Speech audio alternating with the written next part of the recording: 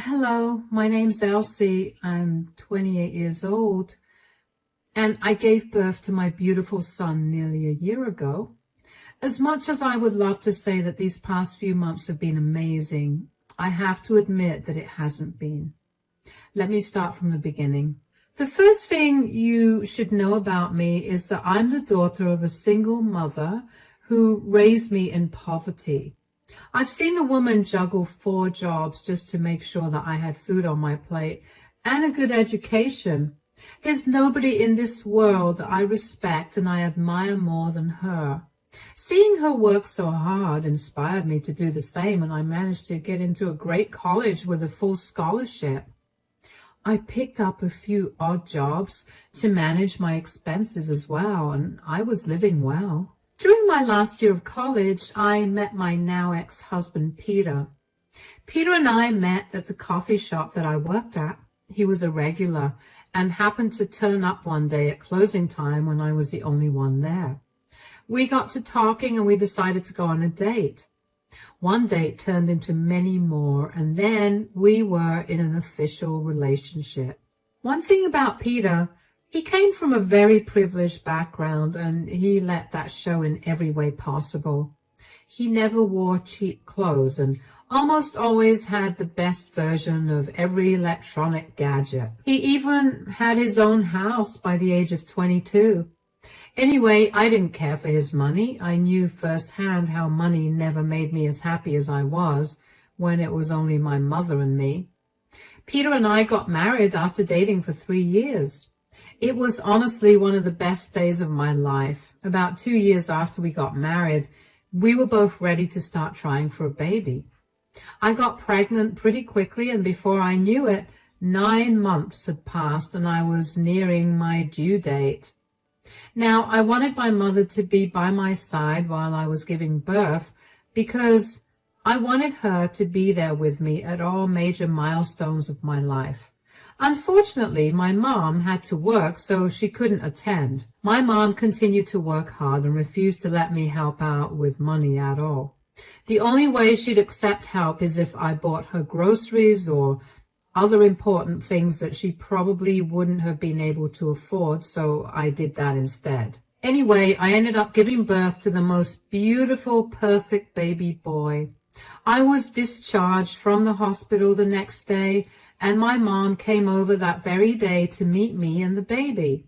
Since it was the weekend, she asked me if she could stay with me and help me recover and get used to having a newborn at home. Of course, I agreed. I made that decision without Peter, so as soon as he got home from work, I informed him of my mom staying with us. Sweetie, so I need to tell you something. Yes, what is it? So my mom is in the other room. She came to visit me after giving birth to check in on me and to meet our child. Okay. Yeah, and she asked me if she could stay for the weekend, and I said yes. Elsie, you know I don't like that. Why? I mean, doesn't your mom have to work? She's barely making ends meet as it is. Yeah, but she took the weekend off just so she could be here with me.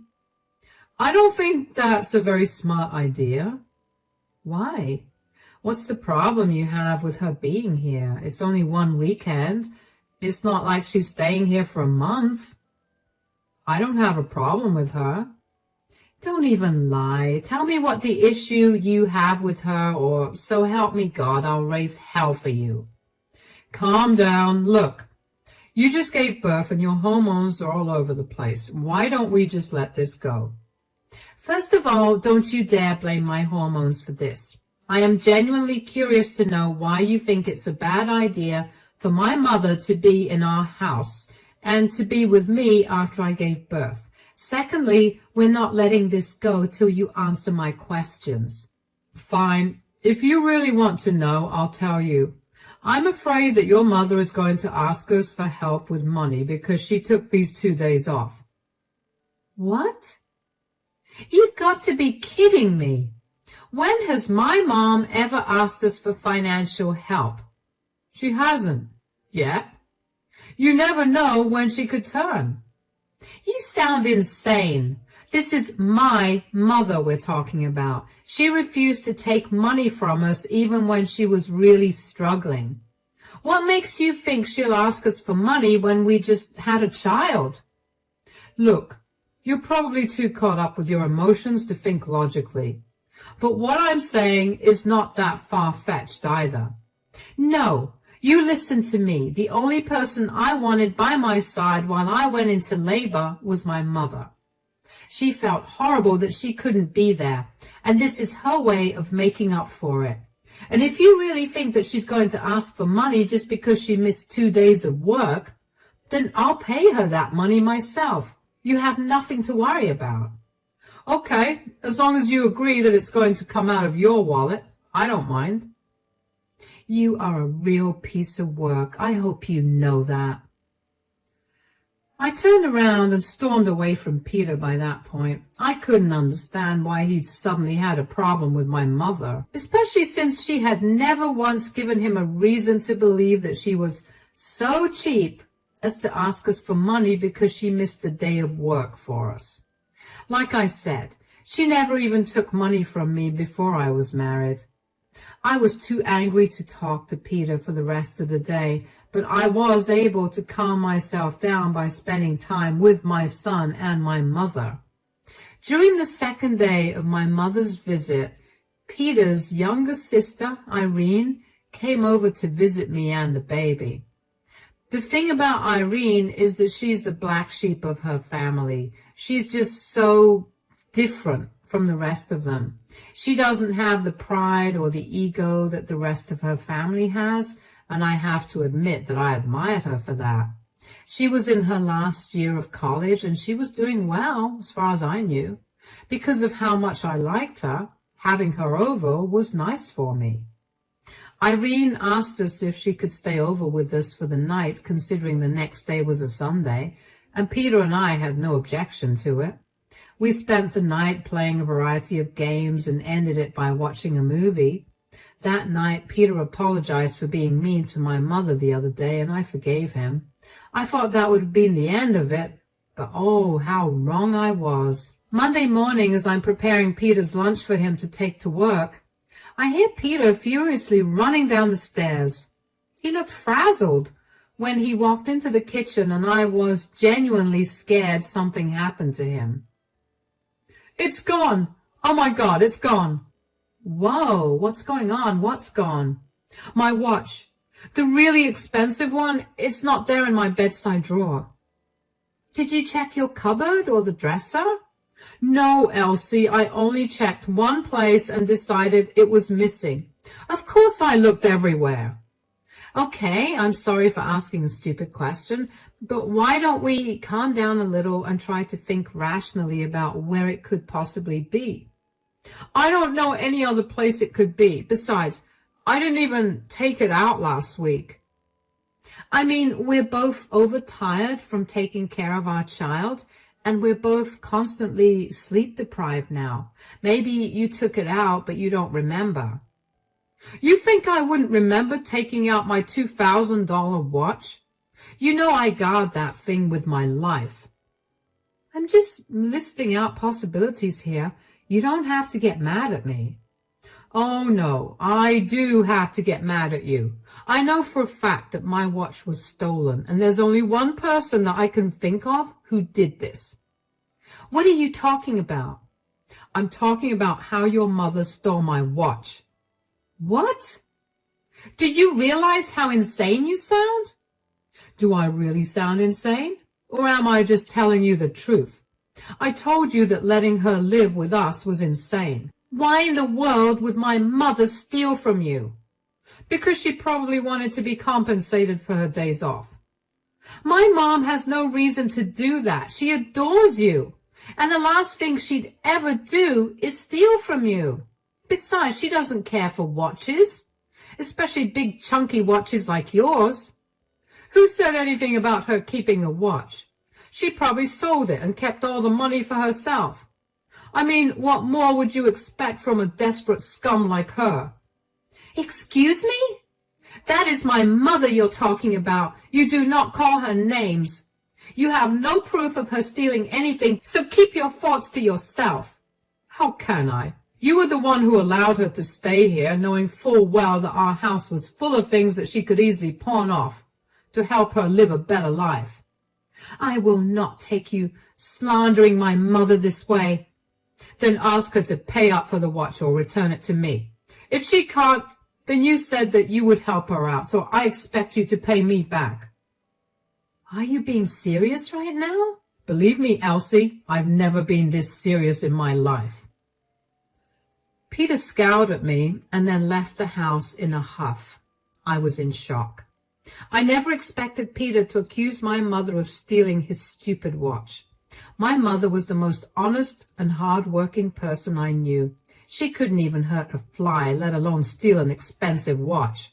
I remember one time she lied to me about what happened to one of my artworks that I brought home from school, and she got so consumed by her guilt for lying to me that the next day she broke down crying and told me she accidentally threw it in the trash because it was a part of the trash pile.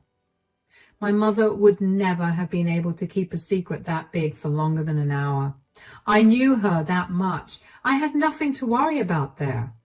But what I did have to worry about was my relationship with Peter. I didn't know if it was a postpartum thing, but I was seriously beginning to question our relationship. After Peter accused my mother of wanting to take money from us, I began wondering if our relationship was right for me. But now, calling her a desperate scum, I wanted to divorce him.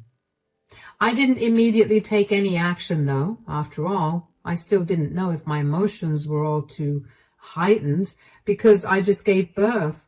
I was also grappling with the worry of how I would pay Peter back if he asked me to do it. He knew very well that it was not an amount I could easily afford. I would have talked to my mother, but I didn't want her to find out about what was happening. She would blame herself for coming in between us, and I didn't want that. Unfortunately, though, my mom did end up finding out about the stolen watch, and she was accused of having stolen it. I knew she found out because she called me about 3 days after Peter told me that his watch went missing to tell me that she knew. Hi, sweetie, are you free to talk?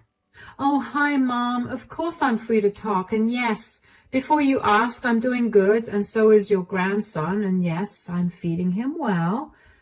Hold on, are you crying? I'm so sorry. No, why are you saying sorry? Why are you crying? Are you okay? Are you injured or something? No, it's nothing like that. Was it a bad thing for me to stay over at your place this last weekend? Of course not. Why would you ask me that? My house is as much your house as it is mine. I just wanted to know, that's it. Why did you want to know? Oh, no. Did Peter say anything to you? No, forget I said anything, please. Absolutely not. Tell me right now, did Peter say anything at all to you after you left from here? Don't be mad. But he called me up 2 days ago, and he began yelling at me. He called me all sorts of names, including a thief. I had no idea what he was talking about, and then he told me that his $2,000 watch was missing. He told me that the only person who could steal it was me, and Sweetie, you have to believe me. I didn't steal anything. Mom, I know you didn't steal anything. I told him as much. I don't know why he had to call you to accuse you, but I'm going to teach him a lesson. Oh, you don't have to do that. Just as long as you believe me, I'm okay. I didn't tell you immediately because he threatened to take legal action against me if I told you. It was eating me up on the inside to not tell you, and now that I did and you believe me, I feel better, although I don't have any money to pay him back. What are you talking about? You didn't steal it, so you don't have to pay for anything.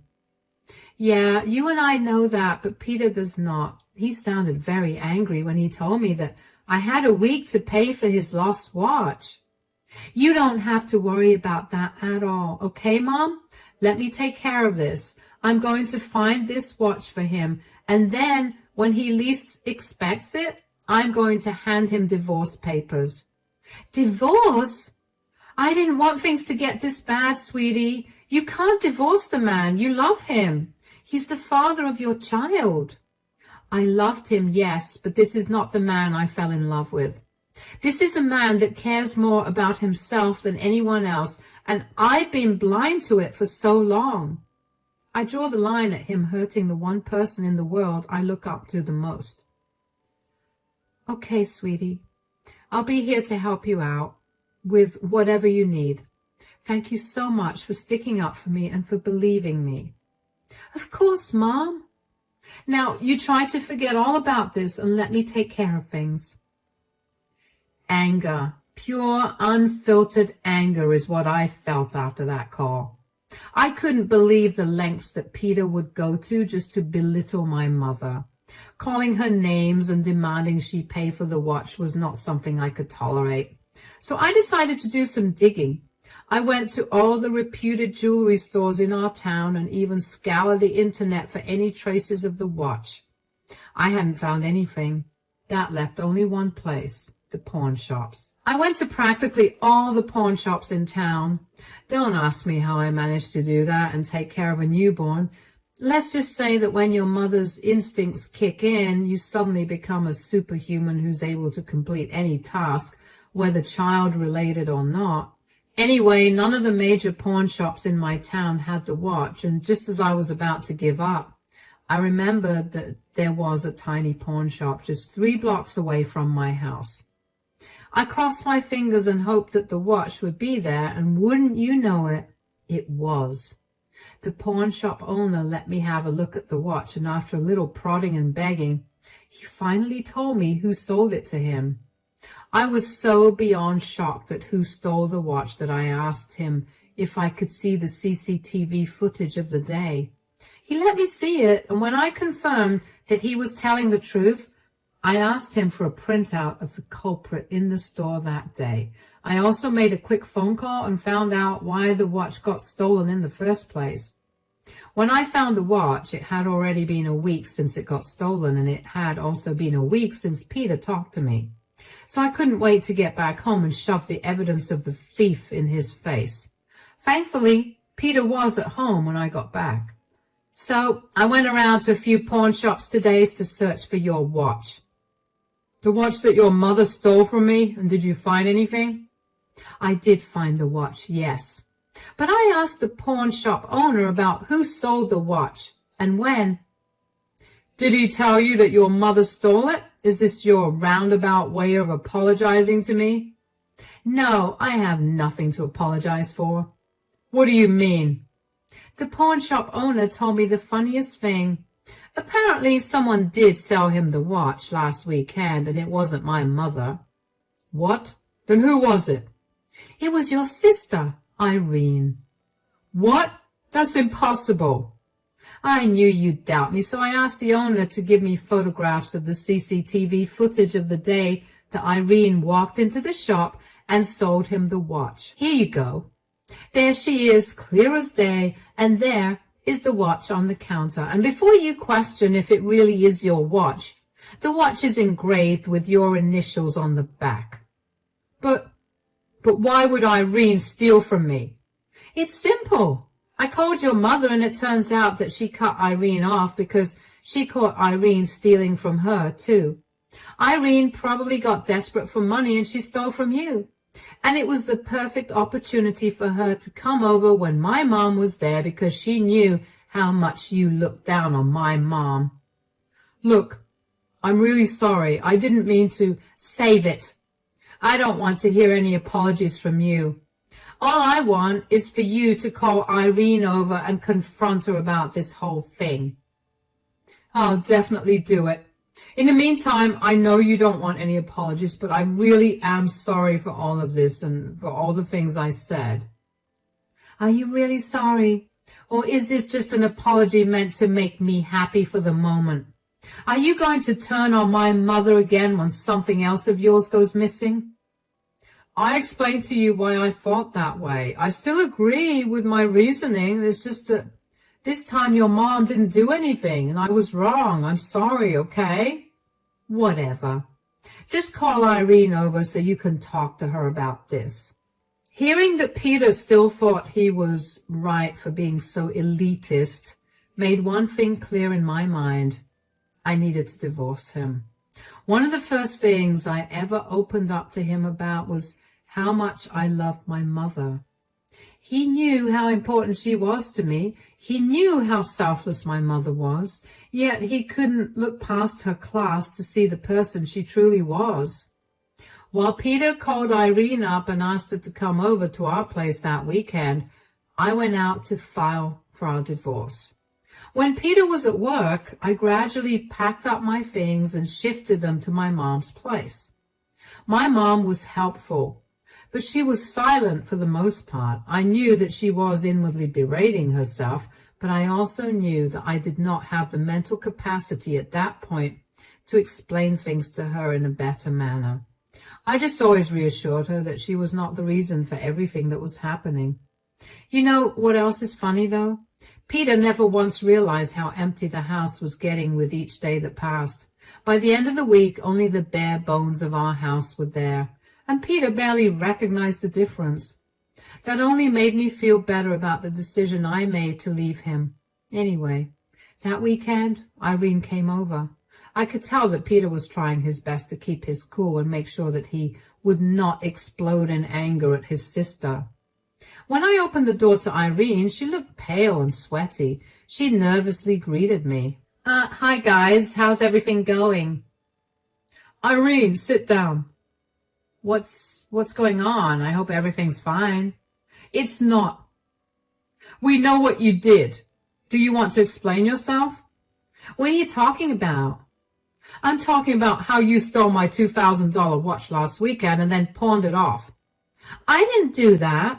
Save the lies, Irene. Here's the picture proof of you selling it to the pawn shop 3 blocks away. Now explain yourself. Well, I didn't have any money.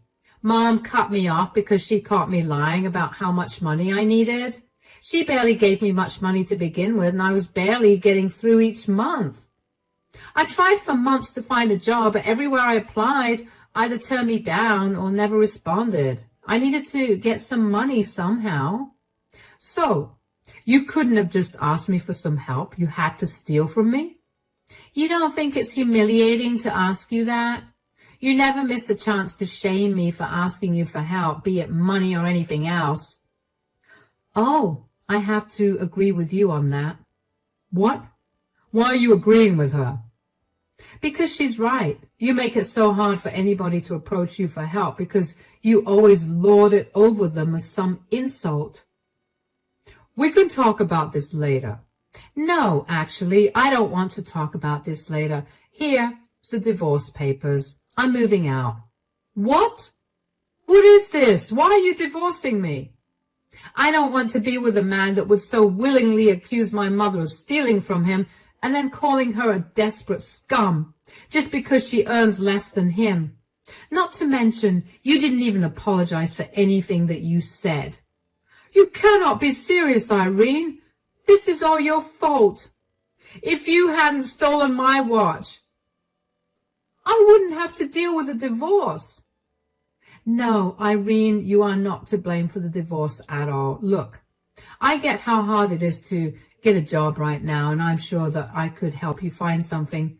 You stealing the watch only finally opened my eyes to what kind of a person Peter truly is. You're taking the side of a thief over the father of your child? If you can't see why exactly she became a thief, then it's only proving my point. So you only asked me to call her here so you could humiliate me? Of course. You need to understand how humiliated I felt when you accused my mom of being a thief. And then you also went ahead and told her that over the call, and also threatened to take legal action against her. Yes, I know about your call to her. I was just very angry about the whole thing. I didn't mean to. Whether you meant to call her and accuse her of stealing from you or not, you still did it. That's enough for me to leave you. If you want to discuss custody agreements and all that, you can talk to my lawyer. You can't just leave me like that. Don't I mean anything to you at all? After what you said about my mother, who, by the way, you know worked super hard to provide for me, absolutely not. You don't deserve my love, and I'd much rather be a single mom than be with someone who constantly looks down on me and my family. Come on, Irene. I'll take you back to your dorm. Bye, Peter. I was shaking with anger by the end of the conversation, and I knew that I needed to exit as fast as possible. Irene looked gobsmacked at the way the events turned so quickly, but I grabbed her arm and led her out of the house. In the car, I made sure to tell Irene that even though I defended her in front of Peter, I still did not agree with what she did. She needed to properly apologize to Peter and work towards paying him back. Irene began to cry and thanked me profusely for being so understanding. I felt so bad for her because I knew just what kind of person my mother-in-law was. Peter got his better-than-everyone attitude from somewhere after all. After I dropped Irene off at her dorm, I made my way to my mom's place. My mom greeted me with the biggest hug and cried into my shoulder. She felt horrible because she thought she was the reason that Peter and I were getting a divorce.